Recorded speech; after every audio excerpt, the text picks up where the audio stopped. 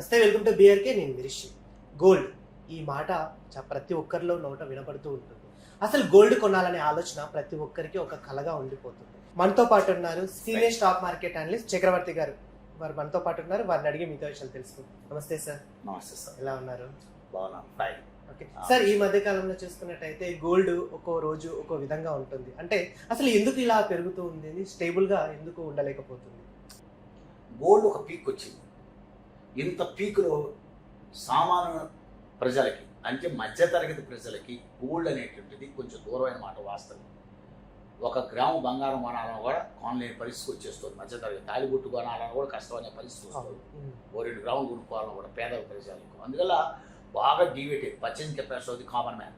So demand and principle అంటే demand and supply principle చూసుకున్నా కూడా డిమాండ్ అనేది అంత ఎక్స్ట్రీమ్గా లేదు. శ్రావణ మాసం వచ్చినా కూడా ఎరగబడి టన్నులు కేజీలు బంగారం పోయినంత సీన్ జనంలో ఏం లేదు.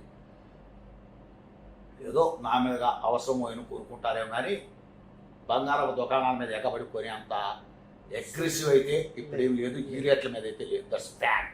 You may accept or not accept. అది 4వ కారణం. 5వ కారణం వచ్చేసరికి బ్యాంకు రేట్లు.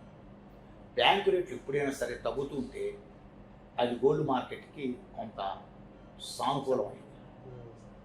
Try to understand. బ్యాంకు రేట్లు తగ్గుతుంటే గోల్డ్ మార్కెట్ కొంచెం సానుకూలం. That's fact.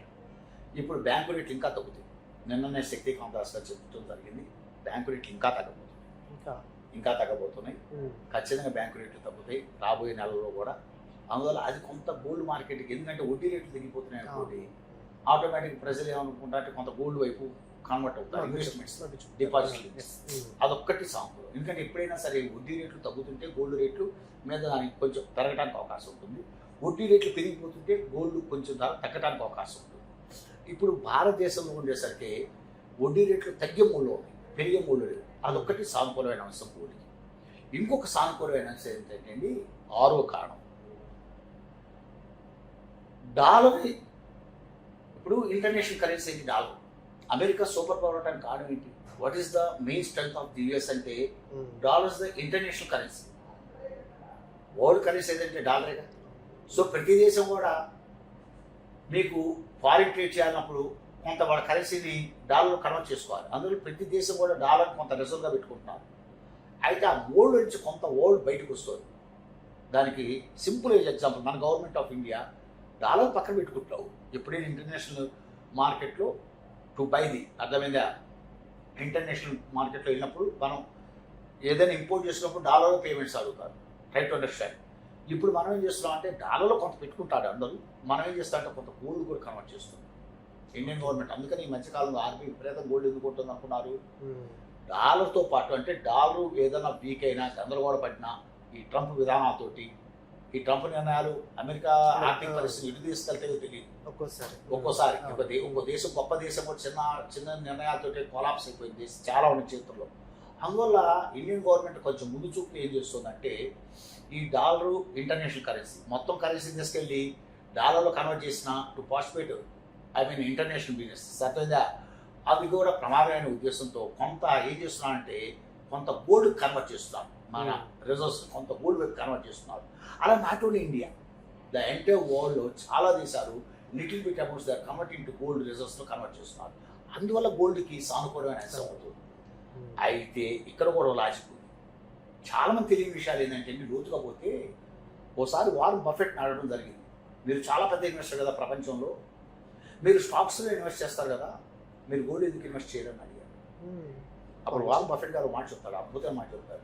ఎస్, నేను గోల్డ్ కొంటా.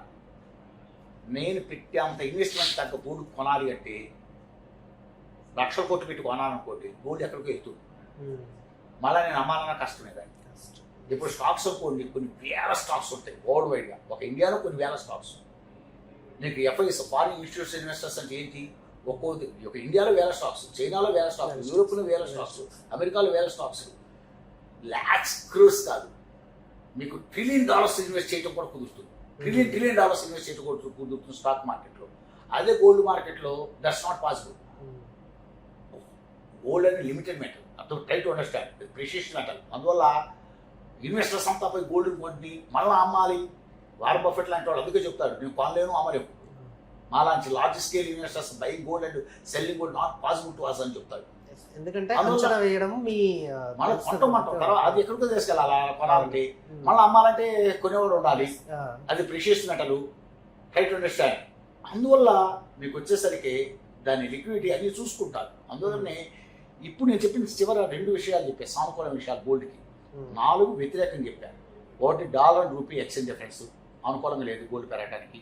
2 చార్ట్ అనాలిసిస్, ఒక $120 వరకు పెరగడానికి, 100 నుంచి $120 వరకు పెరగడానికి ఛాన్స్ ఉంది. అంతవరకు లిమిటెడ్ ఉంది, పెరగడానికి ఛాన్స్ ఉంది as by my chart analysis. Okay, international మార్కెట్లో.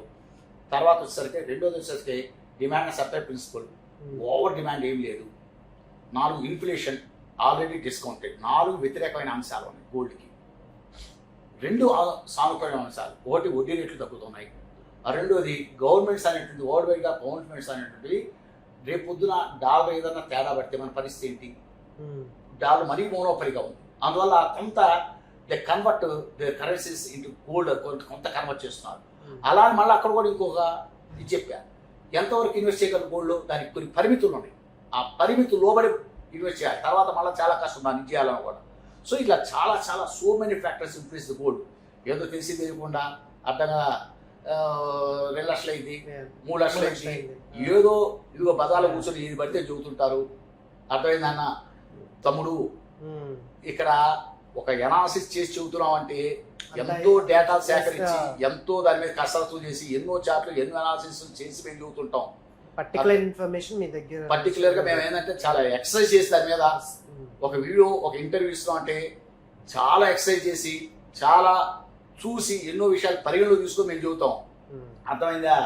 ఆడెవడో అర్థమైందా వచ్చి 3 లక్షలు అయింది, 4 లక్షలు అయింది, అది గోల్డ్ ఎట్టయింది, ఎట్ట పోయింది? 1,50,000 వెళ్ళిపోయింది ఒకటి అంటాడు, వెంటనే 2 లక్షలు అయిపోయింది ఇంకోటి అంటాడు. What is this nonsense? అలాంటి వాళ్ళకు మీరు ఇచ్చే సమాధానం ఏంటి sir?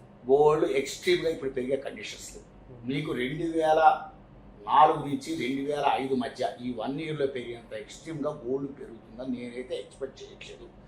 My personal feeling perception అంటే నా ఒపీనియన్లో ఇమ్మీడియట్గా అయితే ఒక 100 to 120 లేదు మ్యాక్సిమం $150 ఎప్రిషియేషన్ ఉంటుంది ఇప్పుడు ఇమ్మీడియట్గా అయితే. అంతకు మించి ఎక్స్ట్రీమ్ అప్వర్డ్స్ గోల్డ్లో ఉంటాయి అనుకోవట్లే. $4,000 కూడా కొంత టైం తీసుకోవాల్సిందే. టైం తీసుకోకుండా $4,000 రీచ్ అవ్వడం కూడా not an easy like this conditions. These are my ideas and my opinion. That's all. Okay. Thank you, Mr. Teja, for giving this opportunity to you and your BRK channel. That's all. Thank you. Thank you, sir. Thank you so much, sir. చాలా valuable information ఇచ్చారు. Thank you so much. Thank you.